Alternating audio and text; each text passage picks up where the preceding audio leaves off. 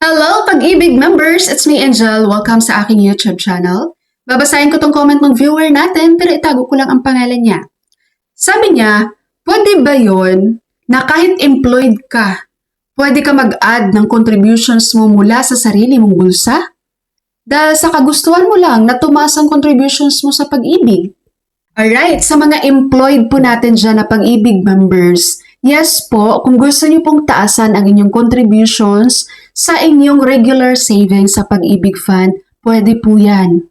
Currently po, ang employee share, ang mandatory employee share ay 200 pesos at 200 pesos naman kay employer share.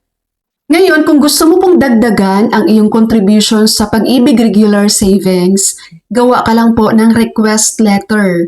I-submit mo yan sa HR or sa payroll nyo. Nalakihan or dagdagan ang deductions doon sa salary mo para doon sa iyong regular savings na contributions sa Pag-ibig Fund.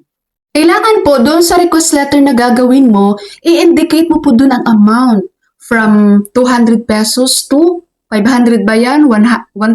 Or kung magkano ba ang gusto mo na ibawas doon sa iyong salary for regular savings contributions.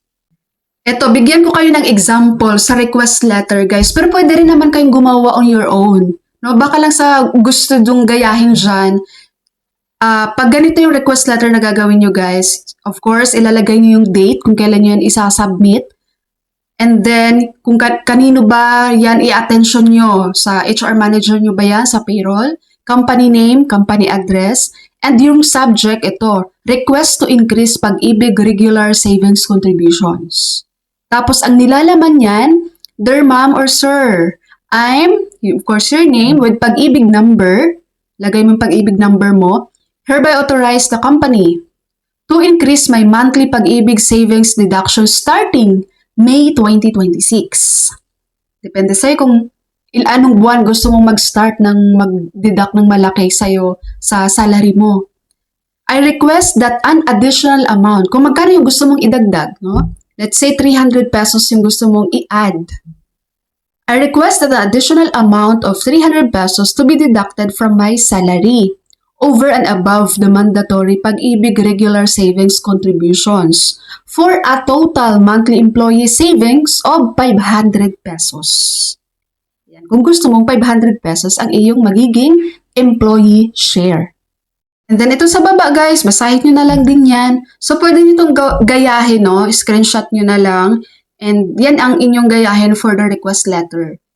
Take note lang, guys, ha, kahit po taasan mo ang iyong contribution sa Pag-ibig, ang iyong employee share, pagdating po sa employer share, mananatili lang po yung sa kanila sa mandatory employee share na 200 pesos. Hindi po yan lalaki.